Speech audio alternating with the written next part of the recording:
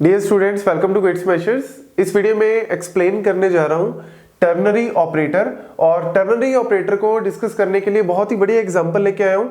मतलब normal ternary operator और nested ternary operator दोनों को डिस्कस करूंगा, जो कि आपके competitive exams, college university exams, even आपके इंटरव्यूज के लिए बहुत ही हेल्पफुल रहेंगे। तो गाइस फटाफट से वीडियो को लाइक कर दें, चैनल को सब्सक्राइब करें अगर अभी तक आपने नहीं किया। अगर कर भी दिया तो और डिवाइसेस से सब्सक्राइब करवा सकते हो, सब्सक्राइबर्स बहुत जरूरी हैं। तो चलिए स्टार्ट करते हैं टर्नरी ऑपरेटर। सबसे पहले तो टर्नरी का मतलब क्या होता है? थ्री, मतलब ऐसा ऑपरेटर जिसके अंदर आपके पास कितने पार्ट्स हैं? तीन पार्ट्स हैं। और वो तीन पार्ट्स को हम किस तरीके से लिखते हैं? जैसे पहला मेरा एक एक्सप्रेशन हो गया, उसके बाद हम लिखते हैं क्वेश्चन मार्क, फिर दूसरा पार्ट या दूसरा एक्सप्रेशन, उसके बाद हम लिखते हैं कॉलन, ठीक है, और फिर हमारा होता है तीसरा पार्ट। अब इस पार्ट में आप कोई भी इक्वेशन काइंड ऑफ भी डाल सकते हो, मतलब कोई कॉम्प्लेक्स स्टेटमेंट डालनी है वो भी डाल सकते हो, कोई स्मॉल वैल्यू डालनी है वो भी आप यूज कर सकते हो। तो ये बेसिक सिंटेक्स का पार्ट है, बट आपको एग्जांपल से और ज्यादा क्लैरिटी आएगी। तो देखो यहाँ पे मैंने इंट एक्स वाई और मैक्स, मैंने यहाँ पे तीन वेरिएबल्स ले लिए, एक्स वाई और मैक्स, और मैंने एक्स और वाई की वैल्यू जो है वो यूजर से यहाँ पे, क्योंकि स्कैनफ यूज की है तो यूजर से अगर हम वैल्यू लेंगे एक्स और वाई की, तो लेट्स से यूजर ने एक्स की वैल्यू डाली 10 और वाई की वैल्यू डाली 20, ठीक है। एक्स की वैल्यू लेट्स से डाली 10 और वाई की वैल्यू लेट्स से आप ले लो 20, ठीक है। अब ये आ जाती है जी मेन लाइन, यहाँ पे आपका ये सारा का सारा क्या है? Ternary operator. तो आई होप कि सबको विजिबल होगा। Max is equal to x greater than y, तो ये पहला एक्सप्रेशन है, एक्स ग्रेटर देन वाई। तो एक्स ग्रेटर देन वाई है, क्या ये ट्रू है या फॉल्स है?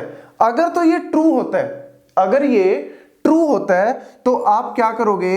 जो क्वेश्चन मार्क के जस्ट बाद वाली लाइन है वहां पे जो भी होगा आप उसको प्रिंट कर दोगे, या मतलब एक तरह से आप ये कह सकते हो कि अगर ये ट्रू होता है तो आप इसको उठा लो, ठीक है, यहां पे। और अगर ये फॉल्स होता है तो फिर आप y वाले एक्सप्रेशन को उठा लो। That is the simple meaning of ternary. तो लेट्स सी, अगर हम वैल्यू के अकॉर्डिंग ले तो 10 और 20, तो क्या 10 ग्रेटर देन 20 है?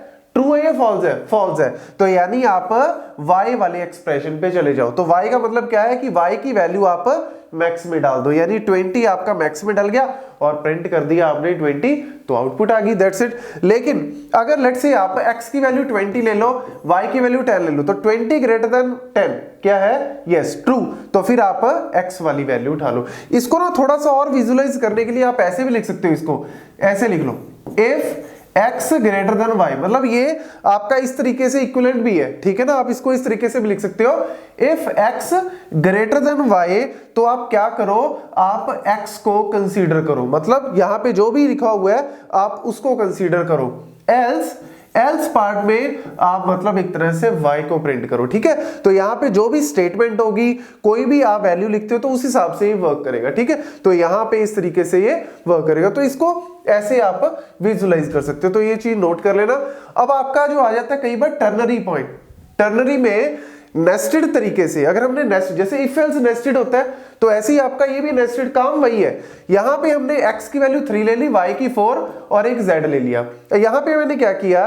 x is double equal to 3, तो कहानी मेरी यहां से स्टार्ट हुई, x is double equal to 3। इसको आप एक तरह से ऐसे कर सकते हो, ये ऐसे लिख सकते हो, if x is double equal to 3। आप इसको विजुअलाइज करना चाहते हो तो ऐसे कर सकते हो, if x is double equal to 3, तो ब्रैकेट एक तरह से यहाँ पे ब्रैकेट स्टार्ट हुई, और जब ये अंदर जाएगा तो अंदर आपके पास क्या आया? दोबारा फिर if y is greater than, sorry greater than नहीं है, इक्वल है, y इज इक्वल टू 4, ठीक है। और फिर अंदर जाएगा, ये अंदर जाके एक तरह से ये 6 वाली वैल्यू जो है वो जो भी यहाँ पे एक्सप्रेशन होगा उसको प्रिंट कर देगा, ठीक है। अगर लेट्स से ये वाली वैल्यू, मतलब ये अगर ट्रू होता है तो अंदर गया, अगर ये फॉल्स होता है तो फिर जो भी 8 वाली वैल्यू होगी तो उसको प्रिंट कर देगा, ठीक है। और लेट्स से अगर ये दोनों ही, मतलब आपकी ये अगर ट्रू होती है तो ये अंदर गया, तब ये वाला एक्सप्रेशन चलेगा। समझ में आ रही है? देखो, अगर ये ट्रू होता है तो ये अंदर क्वेश्चन मार्क के बाद वाला एक्सप्रेशन में जाएगा। अगर यही फॉल्स हो जाता है, बाहर वाला ही फॉल्स हो जाता है, तो सीधा ये बाहर वाला एक तरह से 0 को प्रिंट कर देगा। एल्स आपका क्या आ गया? 0, ठीक है।